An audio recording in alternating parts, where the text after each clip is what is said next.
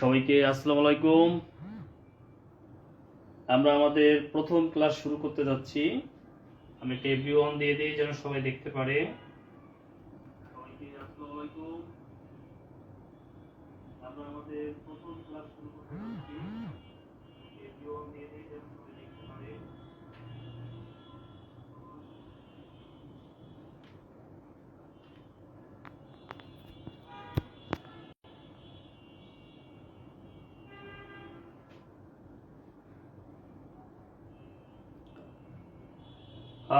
আশা করি সবাই ভালো আছেন। হ্যাঁ, আমাদের 49তম বিসিএস 49তম বিসিএসটা হচ্ছে স্পেশাল। আর স্পেশাল বিসিএস আমাদেরকে যেটা করতে হবে সেটা হলো আমাদেরকে স্পেশাল হয়ে উঠতে হবে, নিজেদেরকে স্পেশাল হয়ে যেতে হবে। এইটাই হচ্ছে আপনার স্পেশাল হওয়ার একমাত্র সুযোগ।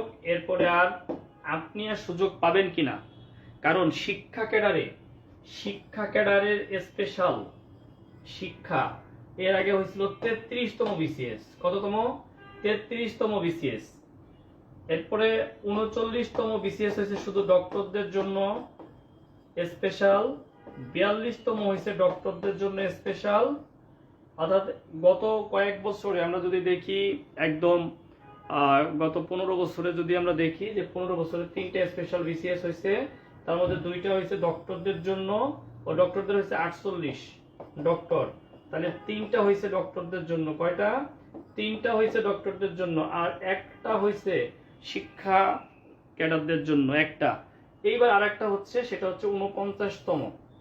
তাহলে এই সুযোগটা আর হয়তো 10 বছর পরে পাবেন বা 15 বছর, সেই সময় আপনার কিন্তু বয়স থাকবে না। অতএব যারাই হচ্ছে 49তম বিসিএস নিয়ে করতেছেন, চেষ্টা করতেছেন, তাদের চেষ্টাটা এমন থাকা উচিত, এখন থেকে একটা রুটিন করা উচিত যে আপনি প্রতিদিন কমপক্ষে 2 ঘন্টা ম্যাথ করবেন। 2 ঘন্টা আপনি ম্যাথ করবেন। আপনি প্রতিদিন কমপক্ষে 2 ঘন্টা ইংলিশ পড়বেন, এটা বাধ্যতামূলক। আপনি বাংলা পড়বেন 2 ঘন্টা। আদার্সের মধ্যে কি আছে? আদার্সের মধ্যে জিকে আছে, সায়েন্স আছে, এইগুলো 2 ঘন্টা। অর্থাৎ এই 8 ঘন্টা আপনাকে একদম বাধ্যতামূলক টেবিলে র্যান্ডম পড়তে হবে। এই 8 ঘন্টা আপনি টেবিলে র্যান্ডম পড়ার পরে যে কাজটা করতে হবে, নিজে নিজে এক্সাম দিতে হবে। এক্সামের পিছনে আপনি আরো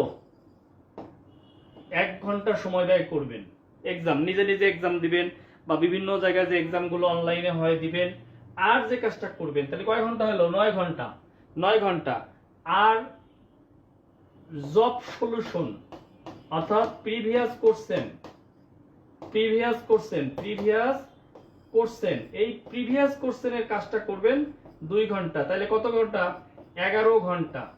এরপরে আপনি এই যে লাইভ করতেছেন, আরো লাইভ করেন, সেখানেও আপনারা 1.5 ঘন্টা, 2 ঘন্টা, 3 ঘন্টা করে যাবে। অর্থাৎ প্রায় 14 থেকে 15 ঘন্টা। যেহেতু সময় কম, অল্প সময়ের মধ্যে পরীক্ষা হয়ে যাবে, আগামী 2টা মাস এই 14 থেকে 15 ঘন্টা আপনাকে টেবিলে থাকতে হবে। আমি বলতে পারেন যে যদি 14 ঘন্টা আমি টেবিলে থাকি, তাহলে তো লাইভ শেষ। আমার হাতে আছে আর 10 ঘন্টা। হ্যাঁ, 5 ঘন্টা স্লিপিং, ঘুমাবেন, এর চেয়ে বেশি ঘুমাইতে পারবেন না 5 ঘন্টা। তাইলে হয়ে গেল 19 ঘন্টা। খাওয়া দাওয়া, গোসল, ইত্যাদি ইত্যাদি, খাওয়া দাওয়া, 3 বেলা খাওয়া এবং গোসল, এটা কোনোভাবেই 2 ঘন্টার বেশি না, কোনোভাবেই না। তাহলে 21 ঘন্টা। হাতে থাকে আরো 3 ঘন্টা। 3 ঘন্টায় আপনার অনেক কাজ আছে। 3 ঘন্টার মধ্যে দুপুরে আপনি 1 ঘন্টা ঘুমাইতে পারেন, তাহলে থাকে 2 ঘন্টা। এই 2 ঘন্টা আপনি বিভিন্ন ভাবে এই 2 ঘন্টা আপনি একটু করতে পারেন, একটু হাঁটাহাঁটি করতে পারেন। তারপরে হচ্ছে আপনি একটু করতে পারেন, গল্প করতে পারেন। হ্যাঁ, বা যাদের একটু ওই যে আছে আর কি, তারা একটু গল্প করতে পারেন। তবে এই মুহূর্তে না থাকাই ভালো। তাহলে 2 ঘন্টা আছে, যেটা মন চাই করেন। তাহলে 14 ঘন্টার একটা রুটিন আপনাকে 24 ঘন্টায় রুটিন আমি দিয়ে দিচ্ছি। 14 ঘন্টা আপনাকে টেবিল ওয়ার্ক করতে হবে, লাইভ ক্লাস থেকে শুরু করে নিজে পড়া এবং হচ্ছে এই পরীক্ষা দেওয়া, জব সলিউশন পড়া। যদি এই কাজ করতে পারেন, এই 14 ঘন্টা পড়ার মেন্টালিটি যদি থাকে, আমি সাধারণত 8 থেকে 10 ঘন্টা রুটিন দিই, কিন্তু সেই সময় আপনাদের হাতে নাই। এই 14 ঘন্টা পড়ার যদি মেন্টালিটি আপনাদের থাকে, তাইলে আপনি 49তম বিসিএস এর জন্য লড়াই করেন। যদি এই ধরনের টাইম আপনার না থাকে, বা এই ধরনের যদি টাইম আপনার না থাকে, ইচ্ছা না থাকে, তাইলে দয়া করে বাদ দেন, পড়ে কোনো লাভ নাই। হ্যাঁ, একটা কাজ করতে পারেন, যাদের হাতে মোটেই সময় নাই তারা জব সলিউশন সলভ করতে পারেন, আর দিন ভরে আল্লাহ ভগবান আল্লাহ ভগবান আল্লাহ ভগবান ডাকতে পারেন, তাতেও যদি পিলি হয়ে যায়, হয়ে যেতেও পারে। অর্থাৎ কি করবেন, জব সলিউশন পড়বেন আর দিন ভরে মুসলমান আল্লাহ, হিন্দু ভগবান ভগবান করবেন, হরে কৃষ্ণ হরে রাম কৃষ্ণ হরে রাম করবেন। যদি কাজ হয়, হইলেও পারে নাও পারে, এটা হলো তকদিরের উপরে, আপনার ভাগ্যের উপরে। নাইলে কিন্তু কাজ হবে না, নাইলে 14 ঘন্টা পড়তে হবে। হ্যাঁ, 14 ঘন্টা পড়লে কি আল্লাহর নাম ভগবানের নাম নেওয়া লাগবে না? নেওয়া লাগবে, এটা তো নেওয়াই লাগবে, কিন্তু 14 ঘন্টা পড়তে হবে, এটা হলো মোদ্দা কথা। এই হলো একটা রুটিন করে দিলাম, যেহেতু আজকে ওরিয়েন্টেশন ক্লাস। হ্যাঁ, আজকে যেহেতু আপনাদের সাথে আমার ওরিয়েন্টেশন এবং রেগুলার মানে এভরিডেই আপনাদের সাথে ক্লাস হবে, এখন থেকে 3 ঘন্টা করে বলছি, 3 ঘন্টায় ক্লাস হবে। আজকে ওরিয়েন্টেশনে হয়তো একটু কম হবে। আচ্ছা, এবার জিকে নিয়ে কথা বলি। ও আরেকটা কথা বলি, যারা পরে জয়েনিং করছেন, দেখছেন গ্রুপে বিভিন্ন লেকচারের লিংক আছে, কিন্তু ঢুকলে ক্লাস পাওয়া যায় না। এই ক্লাসগুলো কি ফেসবুক, এখন ফেসবুক 1 মাসের বেশি কোনো ক্লাস রাখে না, কোনো ভিডিও রাখে না। এইগুলো যদি আমি ডাউনলোড করে আবার আপলোড করতাম, তাহলে দেখতে পারতেন। এখন আপনি প্রিভিয়াস সব ক্লাস আপনি দেখতে পারবেন না, কারণ এই ক্লাসগুলো আপনার হচ্ছে অলরেডি ফেসবুক থেকে অটোমেটিক্যালি ডিলিট হয়ে গেছে, শুধু লিঙ্কটাই আছে। এই জন্য লিঙ্কে ক্লাস ক্লিক করলে আপনি ক্লাস পাবেন না। আপনাকে ক্লাস করতে হবে ফ্রেশ, আজকে থেকে যেটা শুরু হলো এই ক্লাসটাই আপনাকে করতে হবে। জিকে বলতে আমরা সাধারণত যেটা বুঝি, আমাদের Bangladesh affairs, international affairs, geography, আর রেগুলার বিসিএস এ ethics, values and good governance থাকে। আপনাদের স্পেশাল বিসিএস এ নাই, কিন্তু ethics, values and good governance আমি পড়াবো না, কিন্তু সবাইকে করজোরে হাত জোর করে অনুরোধ করব, আপনারা প্রিভিয়াস কোশ্চেন গুলো পড়েন। একটা দুইটা যদি তুলে দেয়, কিছু করার নাই। অর্থাৎ 35 থেকে 46 বিসিএস পর্যন্ত যে প্রশ্নগুলো আছে, ethics, values and good governance, এই প্রশ্নগুলো পড়েন। শুধু প্রশ্ন পড়লেই হবে, ব্যাখ্যা পড়া লাগবে না। আমার বই যারা নিছেন, বইও দেওয়া আছে, শুধু প্রশ্নগুলো পড়ে ফেলেন। এইটা কিন্তু ক্লাস হবে না ভাই, এটা ক্লাস হবে না। আর ভূগোল বলতে যা বোঝায়, ভূগোল বলতে যা বোঝায়, যেমন রেগুলার বিসিএস এ 10 মার্কের ভূগোল থাকে, এখানে 10 মার্কের ভূগোলের আলোচনা করার সুযোগ নাই। তবে বাংলাদেশের সীমানা, বাংলাদেশের সীমানা, পারিপার্শ্বিক অবস্থান, নদ নদী, পাহাড় পর্বত, দ্বীপ ইত্যাদি, এর উপরে একটা ক্লাস আপনাদের সাথে আমার হবে। বাংলাদেশের ভৌগোলিক অবস্থান, বাংলাদেশের সীমানা, পারিপার্শ্বিক অবস্থান, নদ নদী, পাহাড় পর্বত, দ্বীপ, এই একটা লেকচার আপনাদের সাথে হবে। পুরো রেগুলার বিসিএস এর মধ্যে ওই দুর্যোগ ব্যবস্থাপনা পর্যন্ত যে সেইগুলো কিন্তু। তবে আমি এখানে একটা কথা বলি, 35 থেকে 46 বিসিএস পর্যন্ত প্রিভিয়াস কোশ্চেন পড়া আপনাদের জন্য ফরজ। তাহলে এই কাজটা আজকেই আমরা করব। আমাদের হাতে যার যে বই আছে সেই বই দেখে আজকেই geography, ethics, values and good governance, এই 10 মার্ক এবং 10 মার্ক, 35 থেকে 46 এই প্রশ্নগুলো আজকে এবং কালকে, 2 ডেজ বেশি হয়ে যায় যদিও, তারপরেও দিলাম আজকে এবং কালকে, আজকে রবিবার এবং কালকে সোমবার, এই 2 দিনের মধ্যে, আজকে এবং কালকে এই 2 দিনের মধ্যে যে পরীক্ষা দেন, আপনি বিসিএস দেবেন, এটি এর পরীক্ষা দিবেন, XYZ যা হোক, আপনি এই প্রশ্নগুলো 2 দিন, আজকে এবং কালকের মধ্যে পড়ে শেষ করবেন। 2 ডেজ, এই 2 দিনের মধ্যে আপনাকে শেষ করতে হবে।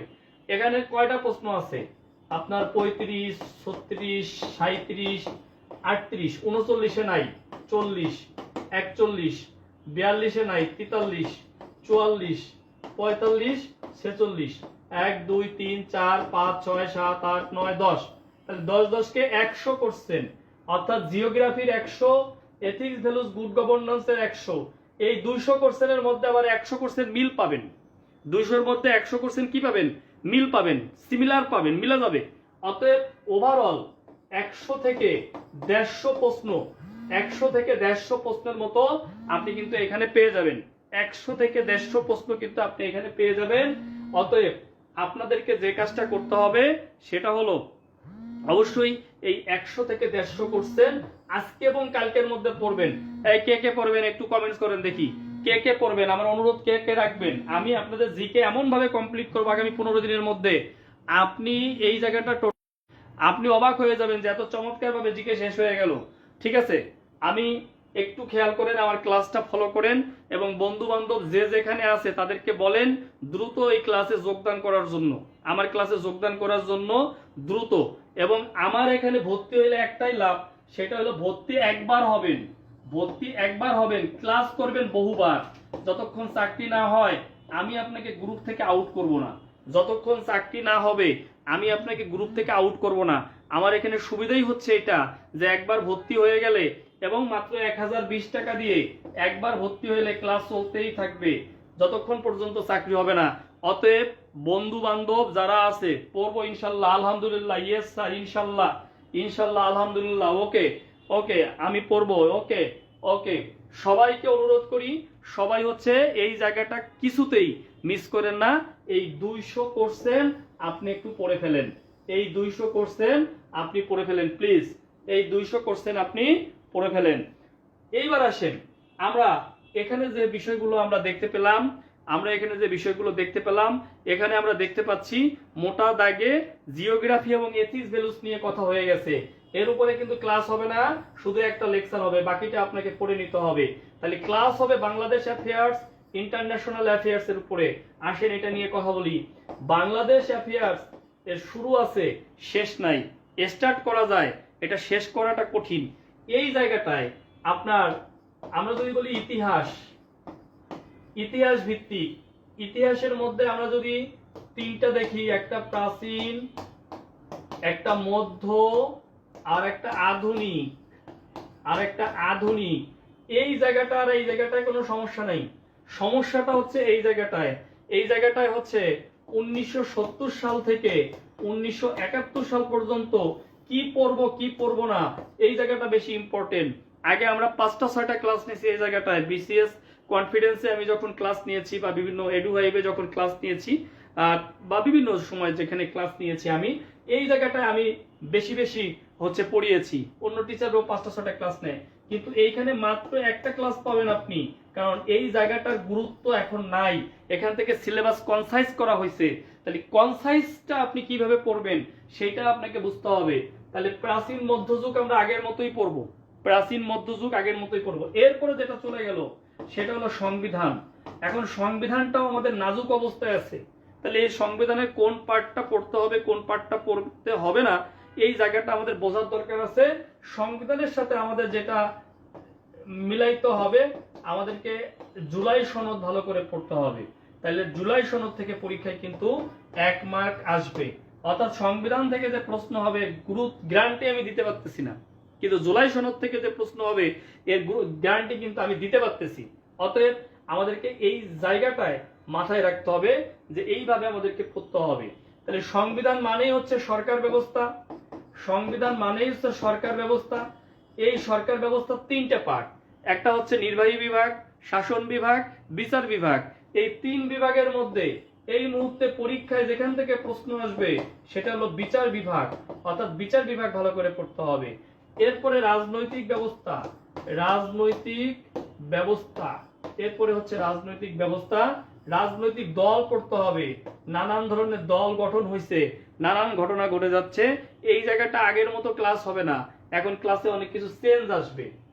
এরপরে অ্যাজ ইট ইজ বাংলাদেশ অ্যাফেয়ার্সে যেগুলো হয়, কৃষি, শিল্প, বাণিজ্য, অর্থ ইত্যাদি, এই বিষয়গুলো আগের মতোই আমাদেরকে পড়তে হবে। জাতীয় অর্জন আছে আমাদের, জাতীয় অর্জনের মধ্যে কিছু পড়তে হবে আমাদেরকে, এখানে কিছু কাজ আছে। এই হলো বাংলাদেশ অ্যাফেয়ার্স। এছাড়া বাংলাদেশ অ্যাফেয়ার্স এর মধ্যে রিসেন্ট যে বিষয়গুলো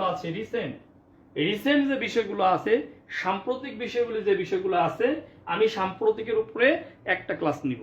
15 নম্বর লেকচার সাম্প্রতিকের উপরে হবে, সেখানে বাংলাদেশ আন্তর্জাতিক বোধ থাকবে। এইটা গেল বাংলাদেশ। ইন্টারন্যাশনাল অ্যাফেয়ার্স যদি বলি, ইন্টারন্যাশনাল অ্যাফেয়ার্সে আসলে এই মুহূর্তে আমরা যদি সাম্প্রতিকের কথাই বলি, যে অ্যানালাইটিক্যাল ওয়েতে বা অ্যানালাইসিস করেই কিন্তু আমাদের এই জায়গাটা হাঁটতে হবে, হ্যাঁ, অগ্রসর হইতে হবে। তো ইন্টারন্যাশনাল অ্যাফেয়ার্স নিয়ে আর বয়ান না দেই, আমরা আসলে লেকচারে একে চলে যাই, ক্লাস শুরু করি আমরা।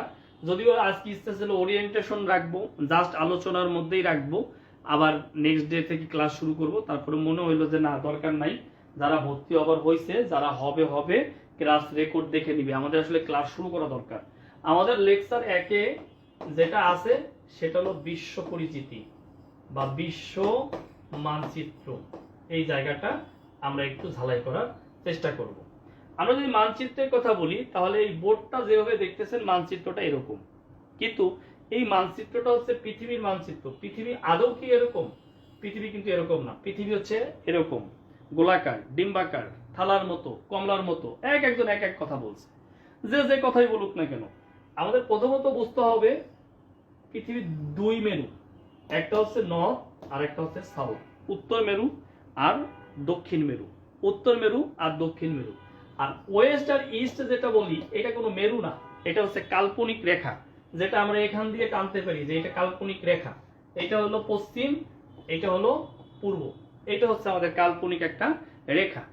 এই রেখাটার নাম দেওয়া হয়েছে, এই রেখাটার নাম দেওয়া হয়েছে নিরক্ষরেখা বা বিষুবরেখা। এই রেখাটার নাম দেওয়া হয়েছে নিরক্ষরেখা বা বিষুবরেখা। আমরা এখানে 0 ডিগ্রি ধরতে পারি, এখানে 0 ডিগ্রি ধরতে পারি। আসলে 0 ডিগ্রি না, এটা কাল্পনিক, যেহেতু একটা বৃত্ত 360 ডিগ্রি, সেই ক্ষেত্রে আমরা ধরতে পারি। তাহলে এই রেখাটার নাম হচ্ছে নিরক্ষরেখা বা বিষুবরেখা।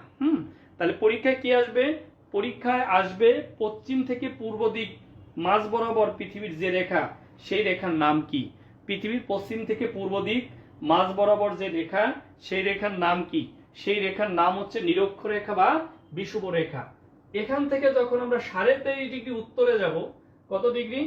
23.5 ডিগ্রি উত্তরে যাব, এই রেখাটার নাম হচ্ছে কর্কট ক্রান্তি রেখা। কর্কট ক্রান্তি রেখা বা টপিক অফ ক্যান্সার। কর্কট ক্রান্তি রেখা বা টপিক অফ ক্যান্সার। আবার এখান থেকে যখন 23.5 ডিগ্রি আমরা দক্ষিণে যাব, তখন যে রেখা পাবো, এটার নাম মকর ক্রান্তি রেখা। কি রেখা? মকর ক্রান্তি। আমাদের জন্য মকর ক্রান্তি ইম্পর্টেন্ট না, কারণ বাংলাদেশের উল্টাটা হলো মকর ক্রান্তি। বাংলাদেশের উপর দিয়ে যে আন্তর্জাতিক তারিখ রেখা গিয়েছে, সেই রেখার নাম হচ্ছে কর্কট ক্রান্তি রেখা বা টপিক অফ ক্যান্সার। বাংলাদেশের উপর দিয়ে যে আন্তর্জাতিক রেখা গিয়েছে, সেই রেখার নামই হচ্ছে কর্কট ক্রান্তি বা কি টপিক অফ ক্যান্সার।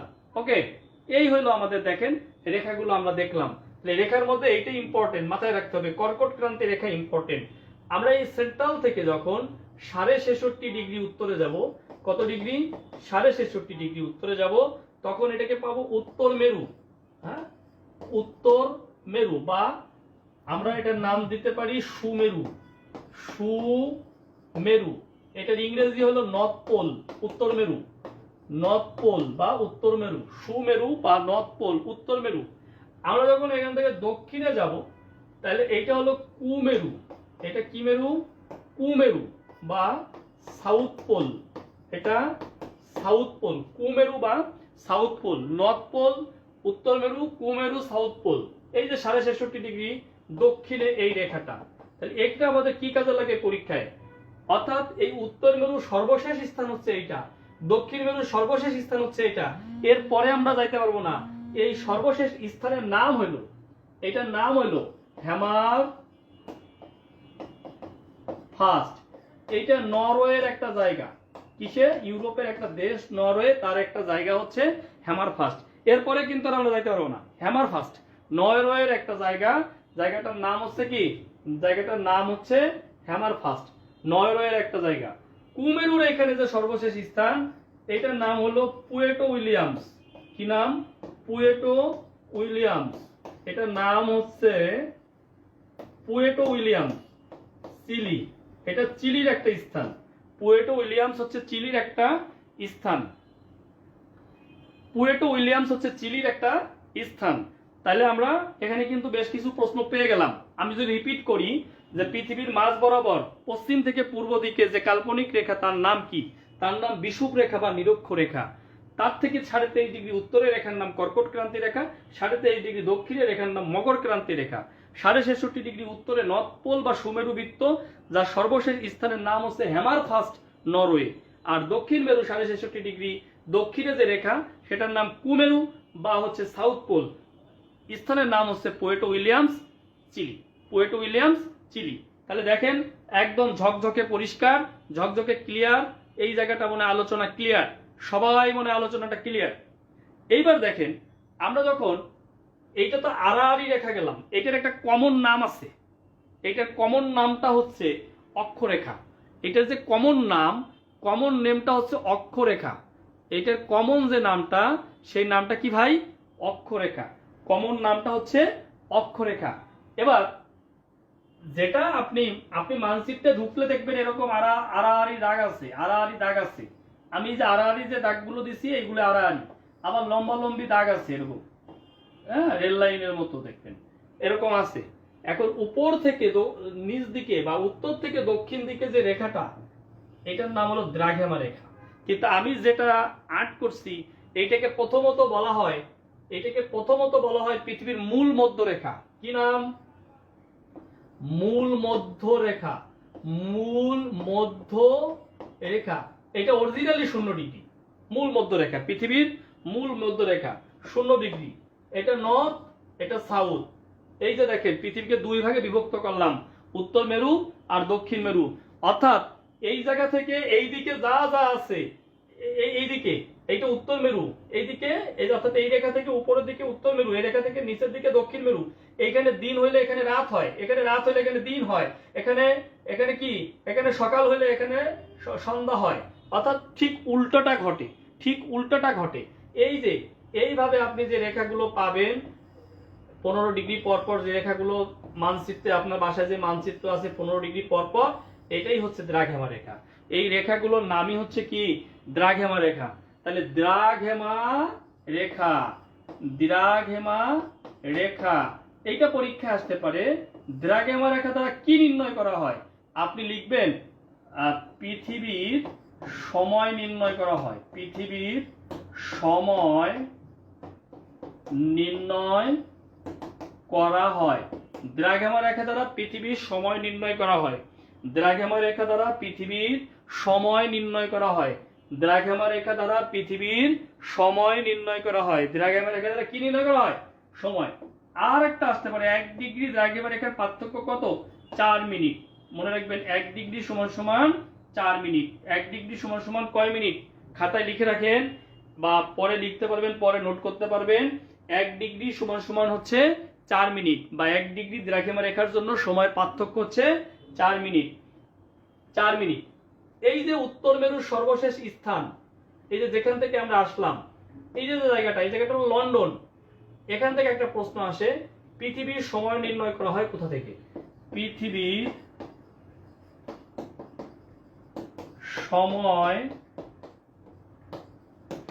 নির্ণয় করা হয়, পৃথিবীর সময় নির্ণয় করা হয়, পৃথিবীর সময় নির্ণয় করা হয়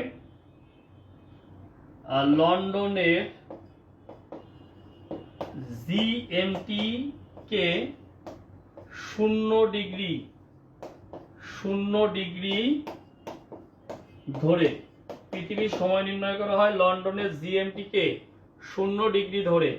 এই যে জিএমটির পূর্ণরূপ, GMT Greenwich mean time. Greenwich mean time, GMT Greenwich mean time. এই জিএমটি কে 0 ডিগ্রি ধরে এই সময়টা নির্ণয় করা হয়। জিএমটি কে 0 ডিগ্রি ধরে এই সময়টা নির্ণয় করা হয়। জিএমটি কে 0 ডিগ্রি ধরে সময় নির্ণয় করা হয়। ওকে, আমি কি বেশি দ্রুত যাচ্ছি? আচ্ছা, দেখেন অনেকগুলো তথ্য পেয়ে গেছি। এটা আসলে পৃথিবীর আকৃতিটা বোঝানোর জন্যই আপনাদের সাথে এই আলোচনাটা করা। আমরা এখন মূল আলোচনায় চলে যাব, যেটা পৃথিবীর ভূপৃষ্ঠের আলোচনায় চলে যাব। অর্থাৎ এই জায়গায় আমাদের বসবাস, এইখানে আমরা বসবাস, এখানে অশ্বমণ্ডল, গুরুমণ্ডল, কেন্দ্রমণ্ডল। হ্যাঁ, হ্যাঁ, আমাদের বসবাসটা হচ্ছে আসলে এই জায়গাটায়, বসবাসটা হচ্ছে এইখানে। এই জায়গাটায় আমরা আলোচনা করব, যেটা হচ্ছে আমরা মাধ্যাকর্ষণ শক্তির কারণেই কিন্তু স্থিরকে পড়ি না। এখানে সুন্দর করে ঘরবাড়ি করে বউ সলমায় নিয়ে আমরা বেশ সুখেই দুঃখেই কাটাচ্ছি। সেই জায়গাটা নিয়ে আলোচনা হবে। এই জায়গার 3 ভাগের 2 ভাগ হচ্ছে বায়ুমণ্ডল, পানি, পানি, পানি, 2 ভাগ কি পানি, আর এক ভাগ কি স্থল, 1 ভাগ হচ্ছে স্থল। এই পানির মধ্যে কি কি আছে ভাই? পানির মধ্যে আছে মহাসাগর, সাগর, উপসাগর, নদ নদী, হ্রদ, জলপ্রপাত, প্রণালী, ইত্যাদি ইত্যাদি। এগুলো আরো অনেক কিছু আছে, তো সেইগুলোতে না যাই আমরা। হ্যাঁ, এই জায়গাগুলোই আমরা একটু দেখার চেষ্টা করব। আমরা প্রথমত বলেছি যে মহাসাগর। মহাসাগরটা কি? মহাসাগর হলো চারদিকে বিস্তীর্ণ জলরাশি, তাকে বলা হয় মহাসাগর। পৃথিবীতে মহাসাগরের সংখ্যা হলো 5টা। কয়টা ভাই? 5টা। আপনি মানচিত্রের এখানে এসে দেখবেন একটা মহাসাগর আছে, এটার নাম প্রশান্ত মহাসাগর। এটার নাম কি? প্রশান্ত মহাসাগর। মানচিত্রের এখানে এসে দেখবেন একটা মহাসাগর আছে, প্রশান্ত মহাসাগর। প্রশান্ত মহাসাগর থেকে কিছু তথ্য পরীক্ষায় আসে, আমরা সেই জায়গাটা একটু জেনে নিই। পৃথিবীর সবচেয়ে বৃহত্তম, প্রশস্ততম, গভীরতম মহাসাগর, অর্থাৎ যে কথাই বলুক না কেন, বৃহত্তম বলুক, প্রশস্ততম বলুক, আর গভীরতম বলুক, সবই হচ্ছে প্রশান্ত মহাসাগর। দেখতে বৃহদাকার,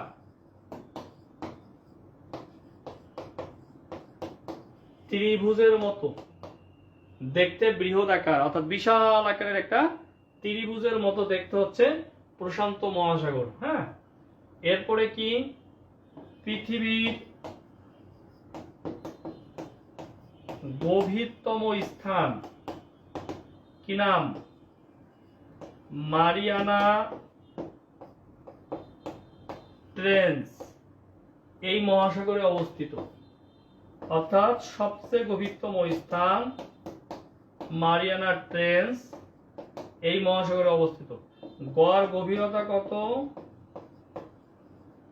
গড় গভীরতা হচ্ছে 11,033 মিটার। গড় গভীরতা হচ্ছে 11,033 মিটার। গড় গভীরতা হচ্ছে 11,033 মিটার। এটাই হচ্ছে পৃথিবীর সবচেয়ে গভীরতম স্থান। এরপরে কি? এরপরে হচ্ছে পৃথিবীর বৃহত্তম প্রবাল প্রাচীর। পৃথিবীর বৃহত্তম প্রবাল প্রাচীর গ্রেট ব্যারিয়ার রিফ, প্রশান্ত মহাসাগরে অবস্থিত। পৃথিবীর বৃহত্তম প্রবাল প্রাচীর গ্রেট ব্যারিয়ার রিফ প্রশান্ত মহাসাগরে অবস্থিত। এই হলো প্রশান্ত নিয়ে তথ্য। প্রশান্তর আয়তন মুখস্থ করতে হবে না, অন্য কিছু করতে হবে না, এইটুক পড়লে চলবে। এই হলো প্রশান্ত নিয়ে তথ্য। এই তথ্যগুলো লেখা হয়ে গেলে ডান লেখেন, তথ্যগুলো লেখা হয়ে গেলে ডান লেখেন, তথ্যগুলো লেখা হয়ে গেলে ডান লিখবেন।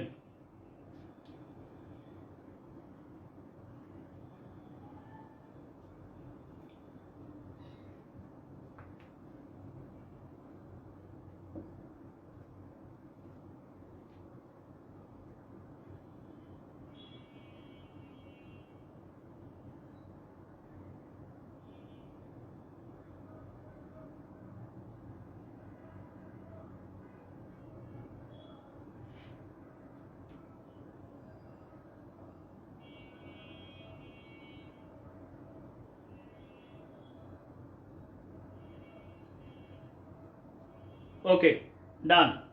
তাহলে এই যে একটা মহাসাগর পড়াইলাম, যেটা হলো সবচেয়ে বড় মহাসাগর। এবার 2 নম্বরে যেটা পড়াবো, আজকে কিন্তু ক্লাস আমি নিতে চাইছিলাম না, ভাবছিলাম ওরিয়েন্টেশনের কথাবার্তা বলবো, প্রস্তুতিমূলক কথাবার্তা বলবো, কিন্তু আমার কাছে মনে হলো যে না, ক্লাস শেষ করা জরুরি। হ্যাঁ, ধরে শেষ করা জরুরি। তাহলে এই যে প্রশান্ত, আপনি ঠিক এই দিকে আসলে দেখবেন আরেকটা মহাসাগর আছে, এটার নাম আটলান্টিক মহাসাগর। এটার নাম কি? আটলান্টিক। এই আটলান্টিকটা হচ্ছে, এটা হলো দ্বিতীয় বৃহত্তম মহাসাগর, দ্বিতীয় বৃহত্তম। দেখতে ইংরেজি বর্ণ এস আকৃতির, দেখতে ইংরেজি বর্ণ কি? এস আকৃতির, দেখতে ইংরেজি বর্ণ এস আকৃতির আটলান্টিকটা। আর কিছু লাগবে না, ইংরেজি বর্ণ এস আকৃতির দেখতে।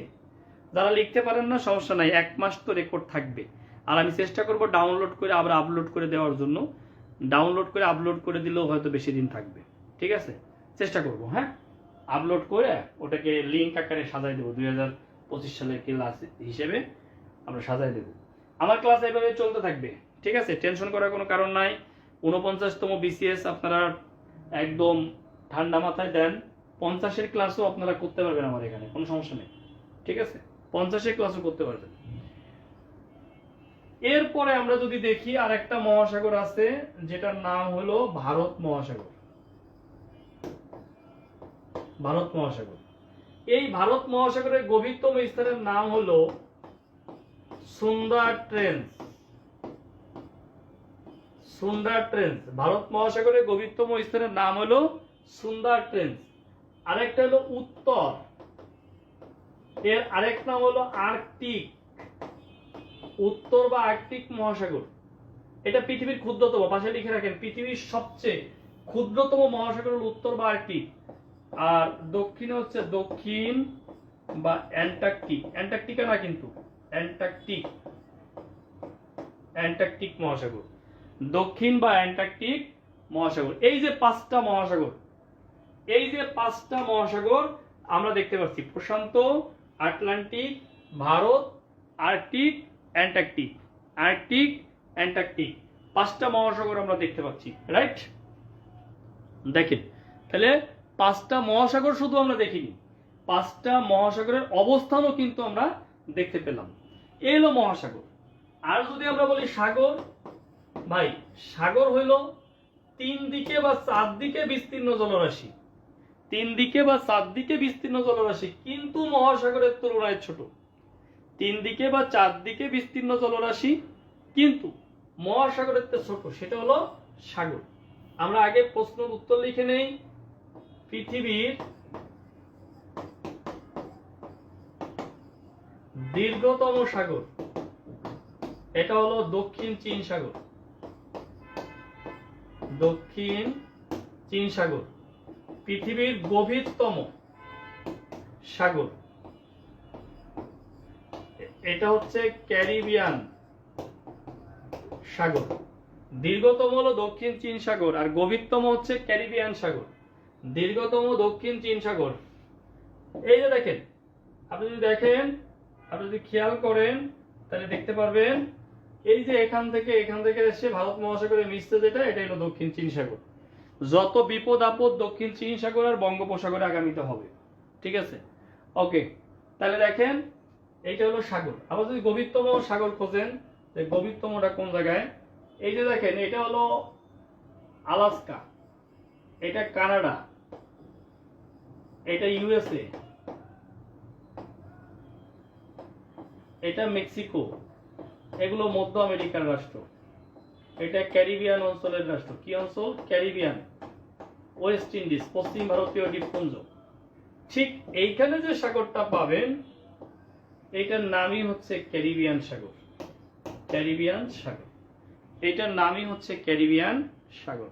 তাহলে পৃথিবীর গভীরতম সাগরের নাম হচ্ছে ক্যারিবিয়ান সাগর। পৃথিবীর গভীরতম সাগরের নাম হচ্ছে ক্যারিবিয়ান। আর যদি বলে যে বৃহদাকার ভূস্থল বেষ্টিত সাগর, সবচেয়ে বড় ভূস্থল বেষ্টিত সাগর, ভূস্থল বেষ্টিত সাগর, দেখেন নামই হলো ভূমধ্য সাগর। ভূমধ্য, ভূমির মধ্যে সাগর, ভূমধ্য সাগর। এমনিতে নাম শুনছেন আপনারা, কিন্তু এরকম হয়তো ব্যাখ্যা আপনি ভাবেন নাই যে ভূমধ্য সাগর মানে ভূমির মধ্যে সাগর কেমন, সেটা আমরা একটু দেখি। ভূমির মধ্যে সাগরটা কেমন আমরা একটু দেখার চেষ্টা করি, একটু দেখি। দেখেন, খেয়াল করেন, এই যে যে এইটা হলো ইউরোপ মহাদেশ,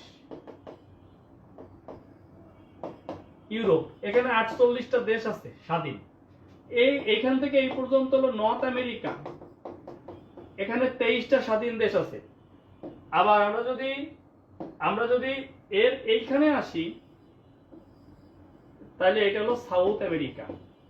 সাউথ আমেরিকা, এখানে 12টা দেশ আছে স্বাধীন, এখানে 12টা আছে, এখানে 23টা আছে, এখানে 48টা আছে। আবার আমরা যদি এই জায়গাটা দেখি,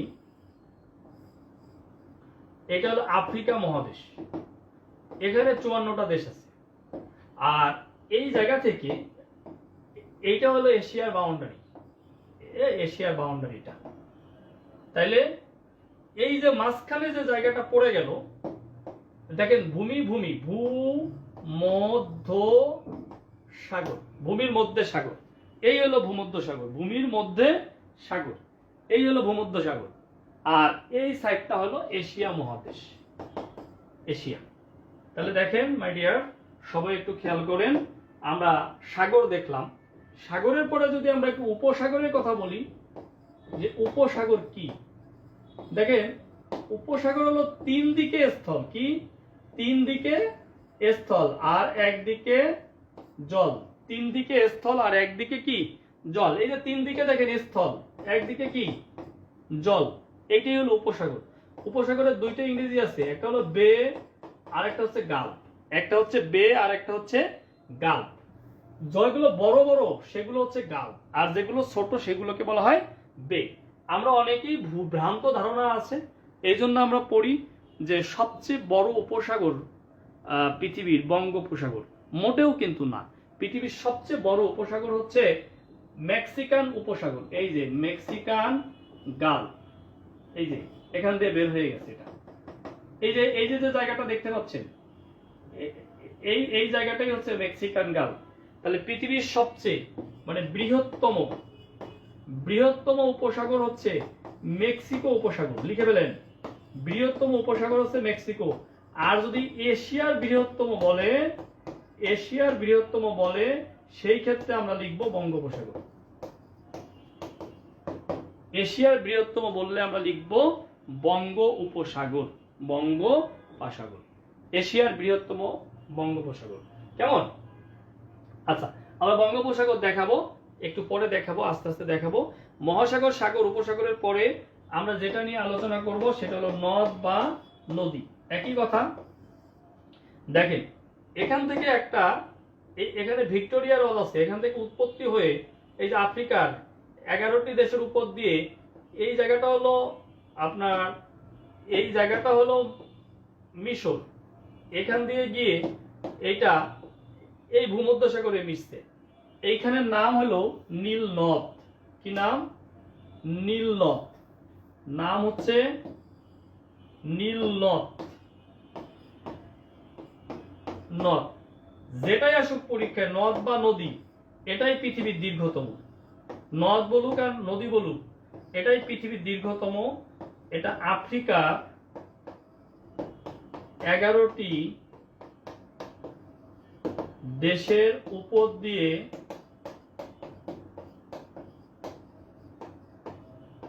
প্রবাহিত হয়েছে। আফ্রিকার 11টি দেশের উপর দিয়ে এটা প্রবাহিত হয়েছে। আফ্রিকার 11টি দেশের উপর দিয়ে প্রবাহিত হয়েছে নীল নদ। আফ্রিকার 11টি দেশের উপর দিয়ে প্রবাহিত হয়েছে। কোনটা? নীল নদ আফ্রিকার 11টি দেশের উপর দিয়ে প্রবাহিত হয়েছে। এই যে এটাই হলো নীল নদ। ক্লিয়ার? আচ্ছা, এটার উৎপত্তি আর পতিত আসলে লাগে না পরীক্ষায়, তারপরে পড়াই দিচ্ছি। নীল নদের উৎপত্তি ভিক্টোরিয়া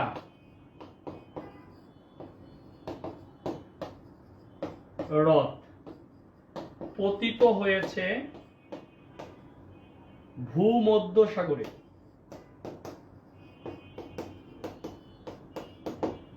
পতিত হয়েছে ভূমধ্যসাগরে, উৎপত্তি হয়েছে ভিক্টোরিয়া হ্রদে আর পতিত হয়েছে ভূমধ্যসাগরে। নীল নদের পাশাপাশি আমাদের আমাজন পড়তে হবে। আমাজন দ্বিতীয় দীর্ঘতম নদী, নদী সবচেয়ে প্রশস্ততম নদী,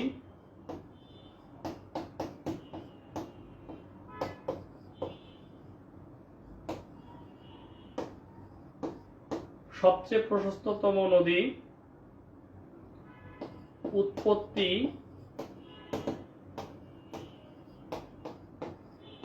আন্দিজ পর্বতমালা,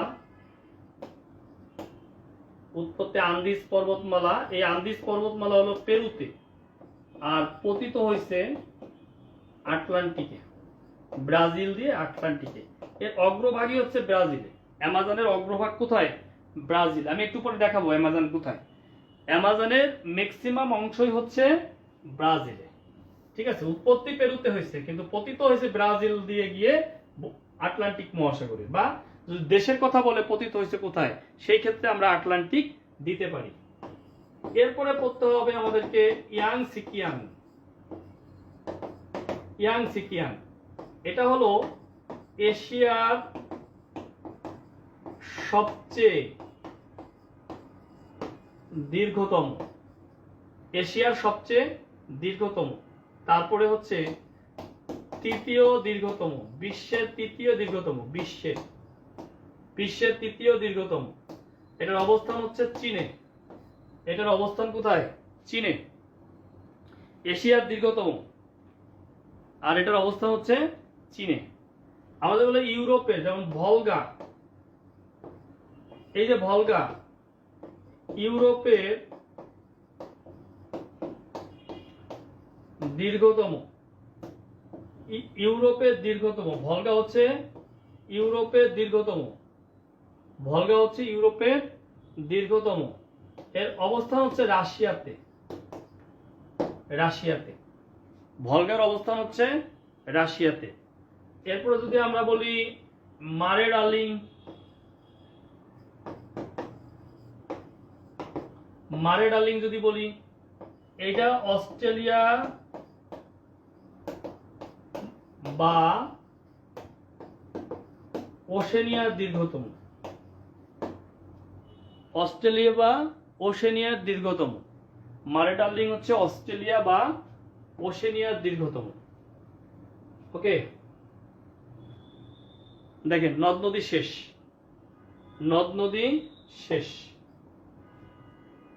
লেখা হইলে একটু ডান লেখেন, ডান লেখেন, লেখা হয়ে গেলে ডান লিখবেন।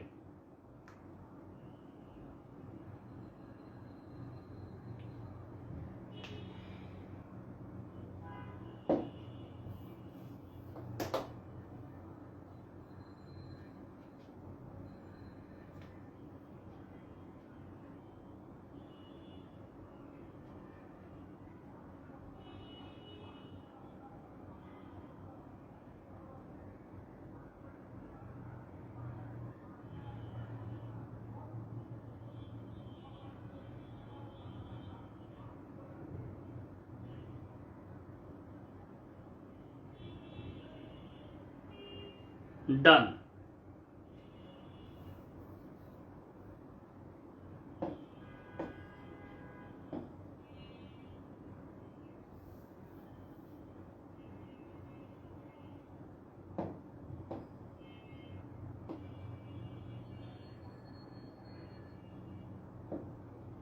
এই যে এখানে হলো পেরু, এখান থেকে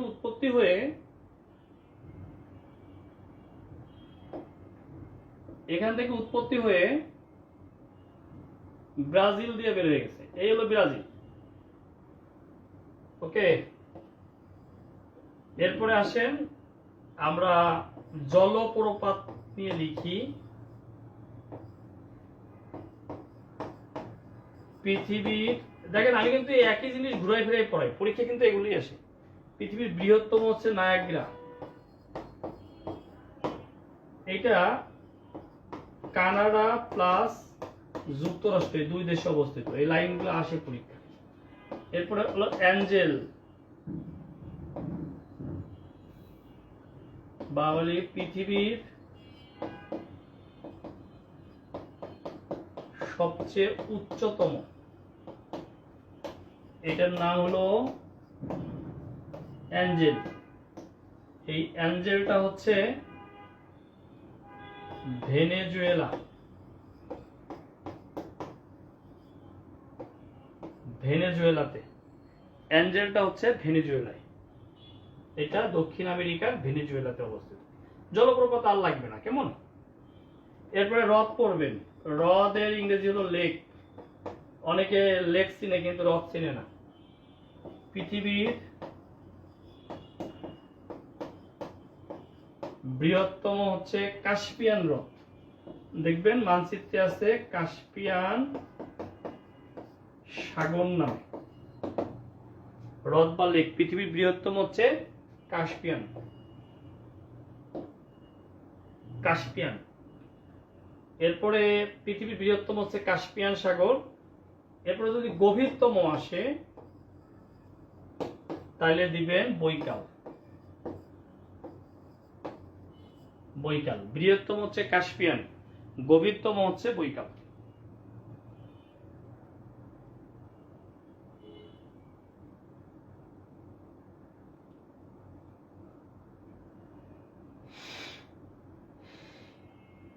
লেখা হইলে ডান লিখবেন। লেখা হইলে ডান লিখবেন।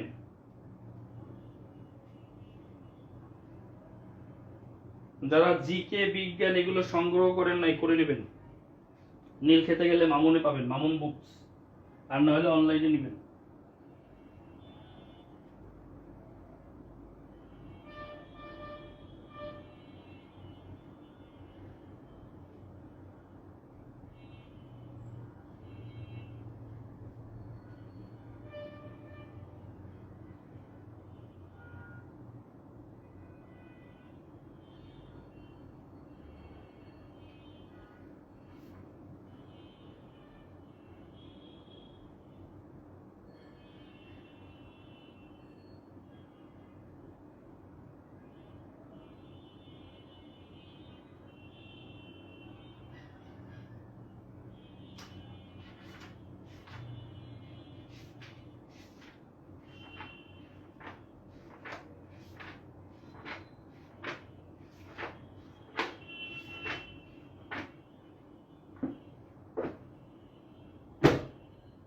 ওকে ওকে।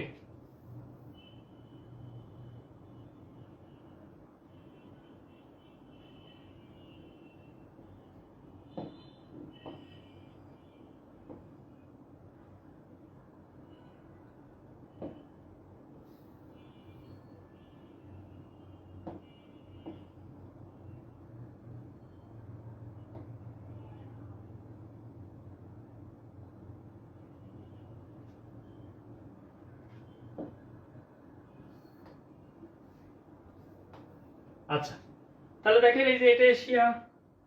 আমি যদি এখান দিয়ে বলি যে এই পুরোটা রাশিয়া, মঙ্গোলিয়া,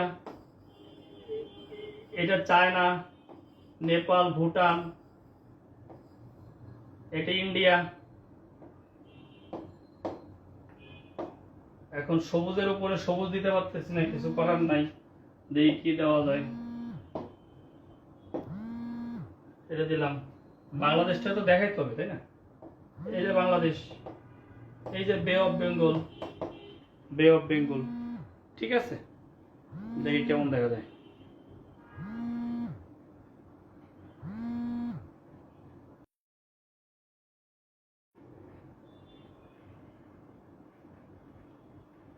তাহলে মোটা দাগে আমরা যদি দেখি যে এটা এশিয়া মহাদেশ, এটা আফ্রিকা, এটা ইউরোপ, এটা নর্থ আমেরিকা, এটা সাউথ আমেরিকা, এটা ওশেনিয়া, আর এটা অ্যান্টার্কটিকা। এই যে মহাদেশ, এই মহাদেশ দিয়ে শুরু হবে নেক্সট ক্লাস। নেক্সট ক্লাস শুরু হবে এই মহাদেশ দিয়ে, মহাদেশ ভিত্তিক ক্লাস শুরু হবে। নেক্সট শুরু হবে মহাদেশ ভিত্তিক ক্লাস। হ্যাঁ, কালারটা চোখে লাগে, বুঝতে পারছি। আজকে ক্লাস শেষ, এইটুকু পড়েন সবাই, এইটুকু পড়েন, আজকে ক্লাস শেষ। আবার দেখা হবে কাল 3টায়। কালকে বেশি সময় দিব, 1 ঘন্টা দেয়নি, 3 ঘন্টা দেওয়ার কথা। 3 ঘন্টা দিলে কত দূর আগে যাবে স্যার বোঝেন। কিন্তু আমি পরীক্ষার গতির উপরে নির্ভর করে ক্লাস নেব, আমি আপনাদেরকে প্রেশার দিতে চাই না। ঠিক আছে।